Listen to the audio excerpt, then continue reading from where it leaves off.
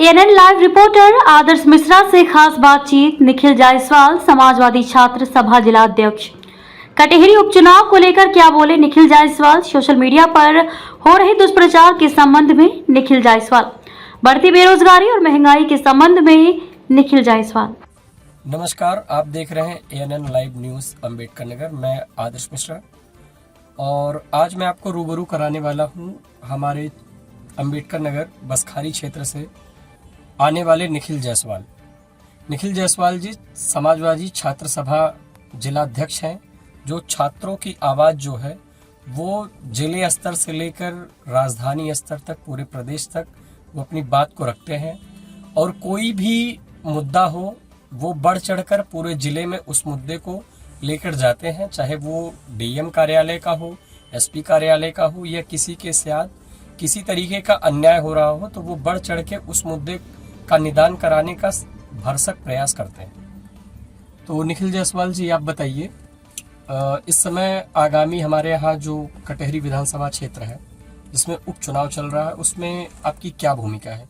युवा लेवल पे आप जितने जोर शोर से कार्य कर रहे हैं उसकी धमक पूरे जिले में सुनाई दे रही है, लेकिन मैं आपके जुबान से सुनना चाहता हूँ। सर्वप्रथम आपके सभी सम्मानित दर्शकों का हमारी तरफ से, समाजवादी पार्टी की तरफ से, छात्र सभा की तरफ से हार्दिक स्वागत एवं अभिनंदन है। एक शुरुआत मैं आपके हर मुद्दे पे बात करूंगा।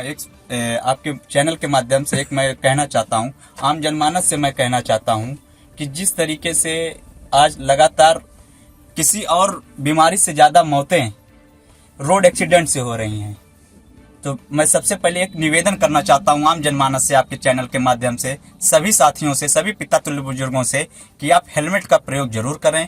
अगर 4 पहिया वाहन में है तो सीट बेल्ट का प्रयोग जरूर करें। ये हमारी सख्त और आपको हिदायत भी है कहिए या हमारी मांग कहिए, आपसे अनुरोध भी है। जो आपने कहा कटेहरी चुनाव को लेके, हम लोगों ने पूरी तरीके से कोशिश, हमारी पार्टी की पूरी संगठन की कोशिश है कि हमारी प्रत्याशी आदरणीय श्री शोभावती वर्मा जी को भारी मतों से जिताकर हमें पहले उन्हें सदन में पहुंचाने का काम करें। जो आगामी चुनाव में और जो पिछले चुनाव में, वर्तमान चुनाव में जो लगातार आपकी पार्टी के ऊपर वंशवाद का आरोप लगता है, इसको लेकर आप क्या कहेंगे? देखिए, ये आज कहना कि सिर्फ समाजवादी पार्टी में वंशवाद या इस तरीके से हो, ये सिर्फ समाजवादी पार्टी में, आज स्थिति ये है कि हर जिले में, हर पार्टी में, हर तहसील में वंशवाद का पूरी तरीके से बोलबाला, हर विधानसभा में। आज हमसे ज्यादा तो वंशवादी पार्टी भारतीय जनता पार्टी हो गई है। क्या कारण है कि जैसा बीसीसीआई के अध्यक्ष बन जाते हैं भाई अमित शाह जी के लड़के हैं? क्या कारण है राजनाथ सिंह जी के लड़के बन जाते हैं? क्या कारण है जयंत चौधरी केंद्रीय मंत्री बन जाते हैं? क्या कारण है कि रामविलास पासवान जी के लड़के केंद्रीय मंत्री बन जाते हैं? हमसे ज्यादा लंबी fair list Bharatiya Janata party वालों की है। लेकिन जो वंशवाद हो, चाहे कोई भी हो, आज एक समाजवादी पार्टी एक इकलौती ऐसी पार्टी है जो पूरे तरीके से वंशवाद को धाराशाही करेगी। और मैं स्वयं जानता हूं कि आप मेहनत करिए, ईमानदारी से, पूरी ईमानदारी से मेहनत करिए। मेरे पिताजी भी अक्सर कहते रहते हैं भैया कि अगर आप ईमानदारी से मेहनत करिए तो ईमानदारी का फल हमेशा मिलता है।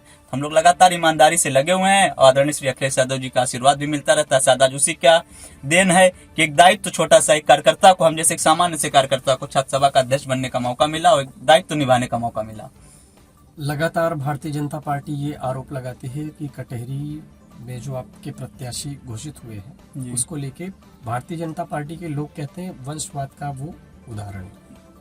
और ऐसे हाल में जो समाजवादी पार्टी के युवा कार्यकर्ता हैं, आप हैं, जिनका कोई वंशवाद नहीं है समाजवादी पार्टी में, तो आप अपनी पोजीशन कहाँ पाते हैं? देखिए, समाजवादी पार्टी बहुत खूबसूरत पार्टी है, सर्वप्रथम मैं आपको बता दूं। दूसरी चीज, जो हमारी कंडीशन की बात है, लगातार जो भी मेहनत ईमानदारी से करेगा उसको मौका जरूर मिलेगी। यही तो लोकतंत्र की खूबी है, यही तो प्रजातंत्र की खूबी है। एक कहावत होती है, एक बहुत मशहूर कहावत है कि सिंहासन को, राजा की कुर्सी को सिंहासन क्यों कहते हैं?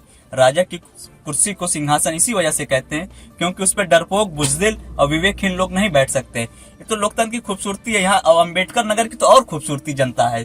जो मैंने लगातार, हम लोग 5 साल से लगातार सक्रिय राजनीति में मैं हूँ, मैंने जो अनुभव किया, यहाँ की इतने पूंजीवाद का जबरदस्त दौर आया पूरे देश भर में, प्रदेश भर में, लेकिन अम्बेडकर नगर की सम्मानित जनता ने हमेशा पूंजीवाद को उखाड़ फेंकने का काम किया। यहाँ की जनता ने हमेशा ऐसे नेता को बनाया, उसको बनाया जो हमेशा जनसुलभ हो, जो लोगों की समस्याएं सुनता हो, जो लोगों के मुद्दे पर लड़ाई करता हो। मौका है, ईश्वर आगे देखते हैं, जो ईश्वर ने मौका दिया, जनता ने मौका दिया, तो आगे अच्छा किया जाएगा, अम्बेडकर नगर के लिए अच्छा किया जाएगा। आप पढ़ाई पेशे में होने के कारण इसके बाद आप एकाएक राजनीति में आपकी दिलचस्पी होना, इसके बारे में कुछ बताएंगे? एकाएक भैया कोई दिलचस्पी नहीं आई। मैं कक्षा 10 का विद्यार्थी था। उसी समय उत्तर प्रदेश के विधानसभा चुनाव 2012 का चल रहा था। आदरणीय श्री अखिलेश यादव जी उस चुनाव में मुख्यमंत्री बनते। उस चुनाव के बाद तो हमारे घर माता पिता जी का एक हमेशा पढ़ाई को लेके था कि आप पढ़ाई करिए, अच्छे से एजुकेशन अच्छे करिए। माता पिता ने अच्छे विद्यालय में भी पढ़ाया, आगे भी हम लोगों ने इलाहाबाद यूनिवर्सिटी पढ़ने काम किया, दिल्ली रहने का काम किया। तो एक जो रुचि थी राजनीति की, शुरुआत घर पे अखबार आता था लगातार, अमर उजाला अखबार आता था, तो एक अमर उजाला अखबार में पढ़ते पढ़ते रुचि होने लगी। उसी समय 2012 का जब विधानसभा चुनाव चल रहा था तो उसमें हर जिले के वाइज और हर जिले की जितनी विधानसभा होती थी, जैसे अम्बेडकर नगर में 5 विधानसभा है, तो अमर उजाला में जिले वाइज निकलता रहता था। आजमगढ़ में 10 विधानसभा, तो 10 विधानसभा के बारे में, वहाँ के नेता कौन है, वहाँ के कार्यकर्ता कौन है, वहाँ के कौन सा काम हुआ, तो एक अखबार पढ़ने से रुचि कक्षा 9-10 से ही आने लगी। फिर विधानसभा चुनाव में और रुचि बढ़ी, तो उसके बाद लगातार धीरे धीरे रुचि बढ़ती गई। फिर एक समझ में ये भी आया आगे चल के कि राजनीति बहुत खूबसूरत चीज है। आज कुछ लोगों ने राजनीति को बदनाम कर दिया कि राजनीति को बदनाम कर दिया, यार ये गंदे लोगों का खेल है, ये है वो। ऐसा कुछ नहीं, राजनीति बहुत खूबसूरत चीज है। हम लोग स्वयं, मैं बताऊं, मैं राजनीति में इस वजह से हूँ क्योंकि राजनीति एक ऐसा माध्यम है जिससे आप सब बहुत लोगों की मदद कर सकते हो, वो भी हर वर्ग की। आज जैसे टीचर पेंशन की मांग कर रहे हैं, तदर्थ शिक्षक मांग कर रहे हैं, वेतन की मांग कर रहे हैं। आज बेचारे शिक्षा मित्रों का हाल बेहाल है, तो एक नेता इस शिक्षा मित्रों का हाल सही कर सकता है। आज जिस तरीके से आज तो यूपी जो one day one shift exam के लेकर लोगों ने, युवाओं ने मांग किया हुआ है, हम लोगों का भी उस पर समर्थन पूरे तरीके से, किस तरीके से नॉर्मलाइजेशन के नाम पर युवाओं के साथ चला जा रहा है। आज जिस तरीके से डीएपी खाद को लेके किसानों को लगातार परेशान किया जा रहा है, लगातार किस तरीके से अल्पसंख्यकों को परेशान किया जा रहा है। आज जीएसटी का भी कुछ ही दिन पहले फर्जी छापा पड़ता है पूरे जिले भर में। जब एक छोटा सा मध्यम सा व्यापारी बेचारा दीपावली के त्योहार के समय ही जीएसटी पूरे जिले में छापा मारती, हम लोगों ने बढ़ चढ़ के उसमें रोकने का काम किया और लगातार जिनके घर छापा पड़ा कोशिश भी की गई, उनसे मिलकर उनको न्याय दिलाने की कोशिश की गई। तो व्यापारियों के भी साथ हम लोग खड़े हुए। तो आज जिस तरीके से बिजली बिल का छापा, इतना बुरा हाल है कि मतलब मीटर लगाने के नाम पे लोग एकदम पूरी तरीके से उसूली का काम कर रहे हैं। आज दो भाइयों में छोटे सी अगर बात विवाद हो जाए, पता चला आधे घंटे बाद दोनों भाई, एक भाई गया थाने में एप्लीकेशन दिया, दूसरा भाई भी गया 1 घंटे बाद एप्लीकेशन दिया, पता चला किसी तरीके से दोनों भाई आपस में मिल गए, तो थाने वाले कहते हैं भैया ये समझौता नहीं मैं मानूंगा, वो कहते हैं कुछ दिया, लाई दे के दिया, खत्म हो गई बात। तो आज पूरी तरीके से तहसील और थाने को लूट का अड्डा बना दिया गया है। तो क्या ये तहसील और थाना लूट का अड्डा पहले नहीं था? बिल्कुल। एक चीज मैं ये भी बता दूं कि लूट का अड्डा था कि नहीं, एकदम स्पष्ट बता दूं। पहले की जनता में ये होता था, आज मैं एक उदाहरण आपको दे देता हूं। आज जिस तरीके से अडानी अंबानी के कंपनियां लगातार काम कर रही हैं, एक छोटा सा कोई रोड बना रहा है, बगल से हम लोगों के पूर्वांचल एक्सप्रेसवे गुजरा हुआ है, पूर्वांचल एक्सप्रेसवे पे लगातार पूरा ठेका लेके अडानी ने लेके रखा, सीधे कमीशन जो है सीधे मोदी जी की जेब में जा रहा, सीधे भारतीय जनता पार्टी की जेब में जा रहा है। पहले क्या होता था कि आदमी कोई छोटा सा व्यापारी था, कोई छोटा सा ठेकेदार रहता था, वो काम करता था, उसी में कुछ कमाता था, लगाता था। तो आज जिस तरीके से क्या हुआ, सरकार ने इस सिस्टम ही खत्म कर दिया। सीधे आप आइए, बड़ी कंपनी लाई। आज आपने देखा होगा किस तरीके से 2024 के लोकसभा चुनाव में जो सबसे बड़ी मीट कंपनी है, मीट कंपनी है, वो सीधे तरीके से सबसे ज्यादा फंड उन्होंने भारतीय जनता पार्टी को दिया, कोई सवाल उठाने को नहीं हुआ। अच्छा ये बताइए, जो आगामी भारतीय जनता पार्टी चुनाव को लेकर वो लगातार विकास के मुद्दे छेड़ रही है कि हमने विकास किया, और विकास का रोड मैप जो वो खाका पूरे जनता के पास पहुंचाती है, दिखाती है जी, उसमें कितनी सच्चाई है और क्या उसमें खोखले वादे हैं, क्या आप उनको प्रदर्शित करेंगे? देखिए, अगर भारतीय जनता पार्टी ने, मैं अम्बेडकर नगर की विशेष तौर पे बात कर दूं, अगर भारतीय जनता पार्टी ने इतना ही विकास किया होता तो 2022 के चुनाव में पांचों सीट नहीं हारते, 2024 के चुनाव में, लोकसभा के चुनाव में 1,37,000 वोट से वो नहीं हारते। आज अम्बेडकर नगर में भारतीय जनता पार्टी ने कोई काम ही नहीं किया है, उनके पास कहने को कुछ भी नहीं है। आज केंद्र सरकार की पूर्ण बहुमत की सरकार है, भारतीय जनता पार्टी की योगी जी के नेतृत्व में प्रदेश में पूर्ण बहुमत की दोबारा सरकार है, केंद्र में तीसरी बार सरकार बना रहे हैं। तो आप कहाँ काम किए? आप अगर कोई काम कुछ किए होते तो आज ये हाल बेहाल नहीं होता। लेकिन मैं आपको यहाँ पे रोकना चाहूंगा जी। लेकिन भारतीय जनता पार्टी के कार्यकर्ता और शीर्ष नेताओं का ये आरोप है जी कि अम्बेडकर नगर में जो हार हुई उसमें जाति समीकरण का चलना या जाति समीकरण को जोड़ के बताना, जी, इस बात से वो बताते हैं कि यहाँ जाति समीकरण के कारण उनका खेल बिगड़ गया। तो वो इस पे आप कहाँ तक सहमत हैं? जाति समीकरण वो जोड़ते होंगे जिन्होंने काम नहीं किया हो। कभी भी समाजवादी पार्टी हम लोगों ने कभी जाति नहीं, हमने विकास किया। आज हमारे यहाँ विधायक 5 हम जीते। आज मौजूदा समय हमारे पास 4 विधायक हम, आदरणीय सांसद जी, आदरणीय हमारे समाजवादी पार्टी के जिला अध्यक्ष हैं। आप कभी भी 7 बजे से लेकर 11 बजे तक चले जाइए, दिन रात कभी भी, जो मतलब ठंडी हो, बरसात हो, कोई शादी ब्याह का मौसम, कोई, हमारे नेता जमीन पे हमेशा है। उन्होंने काम किया है। आज भारतीय जनता पार्टी अगर इतना ही काम करती तो चुनाव जीतती लगातार। आज आप देखिए स्वास्थ्य सेवा कितनी बुरी तरीके से बदहाल है। आज कोई ऐसा गांव नहीं है कि जहां पे हर अगर 50 घर है तो 45 घर में लोग मरीज हो रहे हैं। और आज जांच के ना, आज छोटे से आदमी जा रहा है ब्लड टेस्ट कराने जा रहा है, उसका भी इतनी पैसा है। और किसी भी आप मेडिकल कॉलेज है हमारे जनपद में, सदरपुर में, हाल इतना बेहाल है। एक दिन मैंने वीडियो देखा, एक भारतीय जनता पार्टी के लोगों ने उस वीडियो को डाला, और उस भारतीय जनता पार्टी के नेता को मैं बधाई देना चाहता हूं, कम से कम उसके अंदर मानवता जीवित थी।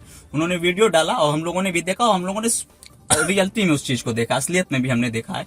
हुआ क्या कि जहाँ पे बाथरूम है उसमें एक पेशेंट एडमिट थे, उसकी माता जी जाके, वो बेचारी जो घर पे खाना लाई थी अपने बच्चे के लिए, पेशेंट के लिए, वहां इतनी हाल बेहाल था कि धोने के लिए, बर्तन धोने के लिए सही से पानी नहीं था। वो बेचारी जाके बाथरूम में, लैट्रिन वाले बाथरूम में जाके बेचारी धुल रही थी। ये इतनी स्थिति गड़बड़ हो चुकी है।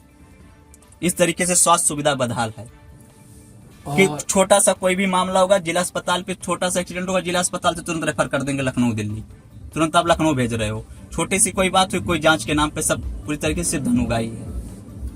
आपसे मैं ये जानना चाहता हूँ कि ये जो बेरोजगारी का मुद्दा है, युवाओं को लेके पढ़ाई है, बढ़ती हुई महंगाई है, आप एक आम युवा के तौर पे अपने आप को कहाँ खड़ा पाते हैं? एक आम युवा के तौर पे जिस तरीके से हर आज, चाहे वो कोई भी वर्ग हो, जैसे एक सच्चाई आपसे ये भी मैं बताऊं, जो लोगों ने एक जात के नाम पे लोगों को जोड़ दिया कि ये फलाने जात के हैं तो फला पार्टी के होंगे, फला जात के होंगे फला पार्टी के होंगे। सच्चाई बताऊं, आप कभी भी ऑफ द रिकॉर्ड किसी भी जात के व्यक्ति से मिलिए, आज वो महंगाई से पूरी तरीके से परेशान है, बेरोजगारी से पूरी तरीके से परेशान है। आज हमारे घर के लड़के, हमारे घर गाँव के साथी, हर पिता का एक बच्चा, आज जो भी बेचारे इलाहाबाद, लखनऊ, दिल्ली पढ़ रहे हैं, वो बेचारा राशन तक घर से भेज रहा है। 2000-4000 रुपए करके किसी तरीके से उनका कमरे किराए भेज रहा है। घर से वो चावल, आटा, गेहूं कुल सब भेज रहा है, नमक तेल तक भेज रहा है। इतनी बुरी तरीके से महंगाई चरम सीमा पर। और बेरोजगारी का आलम यह है कि जो हमारे यहाँ जो बच्चे पढ़े लिखे हैं, जो स्किल्ड लोग हैं, ये भी नहीं कि जो अनस्किल हैं, आज बेचारों की ये स्थिति है कि कोई कहीं जाके लुधियाना में जाके कोई चार्जर कंपनी में काम कर रहा है, कोई पता चला जाके बैटरी बना रहा है बाहर जाके, कोई बाहर चल रहा, पता चल के बाहर बेचारा सऊदी अरब में जाके गाड़ी चला रहा है। इतनी बेरोजगारी का आलम है, जबकि इसको दूर करना चाहिए। मैं व्यक्तिगत रूप से आपको बताऊं, आज महिलाओं का हाल इतना, जनपद में मैंने जो घूमा, मैं इतनी महिलाओं के बेचारियों का, लड़कियों का हाल बेहाल है कि लड़कियों क्या है, घर की चौका बेलना करना, चूड़ी पहनना, उसके बाद तुरंत शादी कर देना। शिक्षा का जब वो एक दिन मैंने एक माता जी से पूछा, हमके चाची अपनी लड़की पढ़ाइए 12 बार, तो कहन बाबू जब लड़कों के नौकरी ना मिलत बा तो लड़कियन के कहाँ से नौकरी मिली। एक दर्द है उनके अंदर। वो जो समाज में जो लड़कियों का मुद्दा है, वो तो जागरूकता से जुड़ा हुआ है। परिवार को और जागरूक अभी होने की जरूरत है, क्योंकि समाज जो है वो थोड़ा सा कहीं ना कहीं लड़कियों के मामले में पीछे है। लेकिन मैं एक चीज ये बताना चाहूंगा, और मैं इस पे आपका ओपिनियन बहुत गहराई से जानना चाहूंगा जी, कि जो लड़कियों को लेके अभी भी ग्रामीण क्षेत्रों में असुरक्षा का माहौल है। जी, जैसे सूर्यास्त होने से पहले लड़कियों का घर पहुंचना आज भी ग्रामीण लेवल पे बहुत जरूरी है। सही बात है। और इससे कोई मुकर नहीं सकता। वो किसी की भी सरकार रही हो, समाजवादी की रही हो या भारतीय जनता पार्टी की रही हो, वो अपने आप में एक मुद्दा है। क्योंकि लड़कियां, वो चाहे हमारे घर की हो या आपके घर की या किसी अदर पर्सन के घर की हो, लोग आज भी उन्हें अकेले छोड़ने में डरते हैं। बिल्कुल। और शाम होने से पहले लोग चाहते हैं कि उनके बच्चे की बच्चियां घर पहुंच जाए। तो इसको लेकर समाज में कौन सा प्रभाव आप डालेंगे? सबसे पहले मैं एक थोड़ा सा आपका और समय लूंगा। सबसे पहले मैं एक अभी लगातार एक मुद्दा हमेशा जो समाज के हम लोगों के प्रति एक धब्बा है, हमारे कलंक है एक तरीके से, रेप का मुद्दा लगातार, जिससे महिलाएं, आम घर की लड़की, हमारे आप घर की लड़कियां ग्रसित हैं। हो क्या गया है कि कभी भी हम किसी मुद्दे को कहते हैं रेप कहीं हुआ तो हम उसी समय कैंडल मार्च लेके निकल गए एक दिन। फिर ये हुआ कि हाँ अभी कलकत्ता का जैसे केस हुआ, दिल्ली का चाहे केस हुआ, लगातार। तो सबसे पहले हमें किसी भी समस्या को जानने के लिए उसके जड़ में जाना चाहिए कि समस्या की शुरुआत हो कहाँ से रही है। अगर हम रेप केस का देखेंगे तो उसमें रेप केस में जो एक मोटा समझ में आता है कि 90% से ज्यादा रेप जो लड़कियों का, हमारी माताओं बहनों का हो रहा है, वो कोई जान पहचान का आदमी कर रहा है। 90% से ज्यादा जो व्यक्ति रेप कर रहा है कोई जान पहचान का, कोई चाचा का दूर का रिश्तेदार का लड़का है, कोई भाभी के दूर का रिश्तेदार लड़का है, कोई भाई के दोस्त का दोस्त है। तो इसी तरीके से तो पहले एक हम खुद मैं सोचता हूँ कि हमको ये पहले एक मानसिकता बदलनी होगी। दूसरी चीज, आज जिस तरीके से सोशल मीडिया प्लेटफॉर्म पे, चाहे फेसबुक हो, इंस्टाग्राम हो, यूट्यूब हो, आज लगातार एक फुहड़ता का पूरी तरीके से चरम सीमा पर चल रहा है। एक रील दिखाने के नाम पर पूरी तरीके से फुहड़ता चल रही है। दूसरी चीज, पॉर्न वीडियो पूरी तरीके से एकदम हावी है। मैं सच्चाई बताऊं आपको, मुझे मतलब बहुत कष्ट इस चीज का कहने पे। मैंने खुद अपने जीवन में अनुभव किया कि आज मैंने देखा कि 12 साल का लड़का 12 साल से 60 साल के पुरुष तक को मैंने देखा, कहीं ना कहीं मैंने उसको पाया कि वो पॉर्न वीडियो देख रहा है। 12 साल से लेकर 60 वर्ष के आयु तक का व्यक्ति। तो एक हमें समस्या की जड़ में ये भी जाना कि हमें पहले सरकार से मेरी ये भी मांग कि इस पे पहले वो बंद हो, पूर्णता कि पॉर्न वीडियोस बंद हो। तीसरी तरीका, हम अपनी माताओं बहनों से एक हमेशा चाहेंगे, और मैं भविष्य में ये चीज सोचा भी हूँ कि ईश्वर ने मुझे आगे मौका दिया, जिस भी स्तर पे मौका दिया, मैं चाहूंगा कि जो हमारी बहनें हैं, हमारी बेटियां हैं, हमारी माताएं, उनको हम स्कूल लेवल पे ये ट्रेंड करें। हम उनको कराटे से लेके मारने, मतलब पीटी से लेके जूडो कराटे की आत्मरक्षा वो स्वयं कर पाए। तो एक तो पहले उनको ये सिखाने की जरूरत है। दूसरी चीज, हम सभी माताओं बहनों से आपके चैनल के माध्यम से भी कहना चाहेंगे, अपनी बहनों से भी कहना चाहेंगे, अपनी माताओं से कहना चाहेंगे। आज होता क्या, गांव स्तर पे क्या होता है कि जैसे कोई भाभी है, मान लीजिए, तो आदमी मजाक करता, का हो भाभी। तो एक बार जब भाभी ने मना नहीं किया तो आदमी कहा, अरे यार भाभी, ये इंटेंशन हो चुका है। लेकिन मेरी सभी माताओं बहनों से, आप सगे भाई और आपका जो पति है, उसके अलावा तीसरा भी आदमी, कोई भी आपसे शारीरिक रूप से कोई, चाहे मजाक में भाभी कहे, ए भाऊजी, जो भी मजाक करे, मैं पूर्णतः सभी से मेरा निवेदन है, इसको आप मना करिए पहले दिन से। फिर किसी की हिम्मत नहीं होगी, क्योंकि 90% रेप केस कौन कर रहा है, पहचान वाला ही कर रहा है। जब वो हिंट कोई इस तरीके से पा रहा है, उसको लग रहा है कि यार कोई प्रतिरोध नहीं है, तो एक सभी से ये भी मांगना है। आप कुछ कह रहे थे? तो मैं उस पर ये कहना चाहूंगा कि जैसे आपने कहा कि porn videos, social media, reels, जी, आपको ये नहीं लगता कि भारत में बहुत ज्यादा पॉर्न वीडियो लोग इसलिए देखते हैं क्योंकि उनको सेक्स एजुकेशन का ज्ञान नहीं? बिल्कुल सही। तो जिस तरीके से हमारे वेस्टर्न कंट्री में जी जी एजुकेशन की शिक्षा दी जाती है, एक निचले जी। स्तर पे जो डेवलपमेंट जी जी है, तो आपको नहीं लगता कि उस शिक्षा का अभाव है? आगामी मतलब जो युवा लाभी है, जी वो जी। लड़का हो या लड़की हो, जी जी, उनमें उन शब्दों का अभाव है जिसके वजह से उनमें जिज्ञासा बनी रहती है। बिल्कुल बिल्कुल। और हमारे भारतीय संस्कृति में ऐसा माहौल है कि वो डिस्कशन हम अपने बड़े से नहीं कर सकते। नहीं कर सकते, सच्चाई है। और कई बार अगर हम अपने साल 2 साल या 3-4 साल बड़े दोस्त या कलीग से कर लें तो वो मजाक में दूसरा ही मतलब उसका बता देते हैं। जी जी। तो आपको लगता है कि एजुकेशन लेवल पर, जबकि आप छात्र रह चुके हो, बिल्कुल छात्र हूँ भी सर, तो छात्र है भी आप, जी, तो जी। मैं ये जानना चाहता हूँ कि उस लेवल पे आपको नहीं लगता कि शिक्षा देनी चाहिए? नहीं बिल्कुल, ये आपने बहुत बेहतरीन बात कही आपने। मेरा खुद भी व्यक्तिगत भी यही राय है कि सेक्स एजुकेशन बहुत जरूरी है, वो भी हमको शुरुआती दौर में ही जीवन में देने चाहिए विद्यार्थियों को। और सिर्फ सेक्स एजुकेशन सिर्फ लड़कियों को नहीं, लड़कों को भी देने की जरूरत है। जब आप कक्षा 1-2 का विद्यार्थी, उसी समय से देने की जरूरत है ये चीज की आप उसको। आज सरकार की एक पहल भी है, सरकार ने इस बात में मैं बड़ाई भी करना चाहूंगा, क्योंकि जो गुड टच बैड टच का वो चलाए हुए हैं कार्यक्रम, तो ये अच्छा है। लेकिन इसको हमें स्कूल लेवल पे चलाना चाहिए, कक्षा 1 में, 5 में, 4 में। मतलब एक जैसे हम शुरुआत में नैतिक विज्ञान करके चैप्टर पढ़ते थे, तो उसमें एक ये भी इंक्लूड होना चाहिए समय की मांग को देखते नहीं, हुए। ये आपकी बात से मैं पूरी तरीके से सहमत हूँ। अच्छा निखिल जी, आप अपने कुछ व्यक्तिगत जीवन में बताइए कि आपके पिताजी का बैकग्राउंड क्या है, आपका पेशा क्या है? जी, आप बिजनेस फैमिली से बिलोंग करते हैं या नौकरी पेशे वाली फैमिली से बिलोंग करते हैं? मैं बहुत सामान्य परिवार से हूँ। मेरे पिताजी छोटे मध्यम वर्गीय व्यापारी हैं, माताजी मेरी अध्यापिका हैं, और एक सामान्य परिवार है। बस एक चीज है कि माता पिता ने हमेशा सिखाया कि राजनीति में आए हो। शुरुआत में तो राजनीति में उन्होंने बिल्कुल तरीके से मना किया आने को लेके, समाज में जो माहौल था उन्हें, फिर लेकिन धीरे धीरे उन्होंने मदद किया। माता पिताजी का आशीर्वाद भी हमेशा रहता है, और हमेशा उनका एक ही कहावत है कि किसी को ठगना नहीं है निखिल। मेरे पिताजी का स्पष्ट मुझे आदेश है कि राजनीति में आए हो, अच्छा करने के लिए आए हो, नहीं अच्छा अगर करोगे तो वापस आ जाना।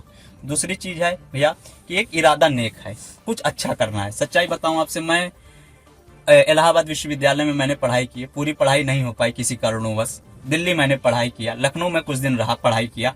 एक लोग पूछते थे भैया कहाँ घर बाए, तो बताते थे अम्बेडकर नगर जिले में घर है। तो लोग पूछते थे यार ये अम्बेडकर नगर कहाँ पड़ा था, तो बताता था भैया यार आजमगढ़ जान रहे हो, तो कहें हाँ यार। फिर बताइए अयोध्या जान रहे हो, कहें हाँ। तो बताइए भैया उसके बीच का जिला है। तो एक बहुत मन में टीस रही कि एक हमारे उस जनपद से जबकि बहुत बड़े बड़े उच्च अधिकारी निकले, कई आईजी रैंक के निकले, कई आईपीएस, कई आईएएस, जबकि लोहिया जी इसी क्षेत्र के हैं, श्रवण कुमार जी इसी जिले के हैं, अरुणिमा सिन्हा जी इसी जिले के हैं। तो एक लेकिन मन में टीस है कि मेरे जनपद को वो नाम नहीं मिल नेम ऑफ फेम, वो आपके कहने का मतलब वो जो डिस्ट्रिक्ट लेवल पे है जी, दूसरी उसका थोड़ा अभाव है। उसका रीजन ये है कि ये शुरू से अयोध्या जनपद के साथ जुड़ा हुआ जिला था, इसके बाद बीच में फिर भी एक समय हो गया 29 सितंबर 1995 से हमारा जो जिला बना अम्बेडकर नगर, तब भी एक अच्छा सवाल 30 वर्ष होने को है, तो 30 वर्ष पर्याप्त होते हैं। तो 30 वर्ष आपकी बात से मैं पूर्णतः सहमत हूँ, पर समय लगता है।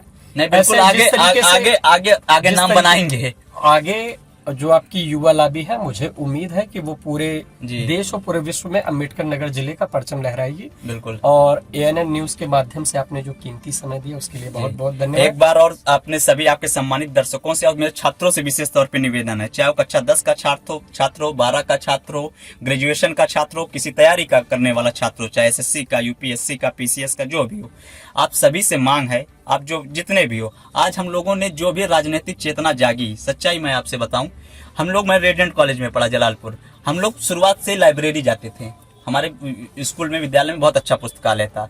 तो आप सभी दर्शकों से एक निवेदन है कि कोर्स से हटके किताबें आप जरूर पढ़िए, कोशिश करिए, जीवनी तो आप जरूर लोगों की पढ़िए, अच्छे, चाहे स्वामी विवेकानंद जी की हो, नेताजी सुभाष चंद्र बोस की हो, सरदार पटेल जी की हो, बाबा साहब की हो, और जिस स्टीव जॉब्स हो, मतलब आप हर तरीके से। तो आप सभी से मेरी, आपके सम्मानित दर्शकों से मांग है कि कोर्स से हटके किताबें जीवन से जुड़ी, अभी एक बहुत अच्छी किताब आई है, उसको भी जरूर पढ़िए, साक्षी मलिक की किताब आई है विटनेस करके, और एक बहुत अच्छी किताब रही उत्तर प्रदेश के, मतलब मैंने उसको फेसबुक पे लिखा, बहुत अच्छी लगी, इसी वजह से उस पर लिखा, at the heart of all the chief minister of Uttar Pradesh, Shyamlal Yadav ji की किताब है। उसमें सारे मुख्यमंत्री जो उत्तर प्रदेश के रहे, माननीय मुख्यमंत्री लोग, उनकी अच्छा काम जो उन्होंने किया, जो काम उनके ड्रॉबैक्स रहे, तो बहुत अच्छी किताब है। आप सभी से निवेदन है उसको जरूर पढ़िए। ये कीमती समय देने के लिए बहुत बहुत धन्यवाद आपका भी भैया।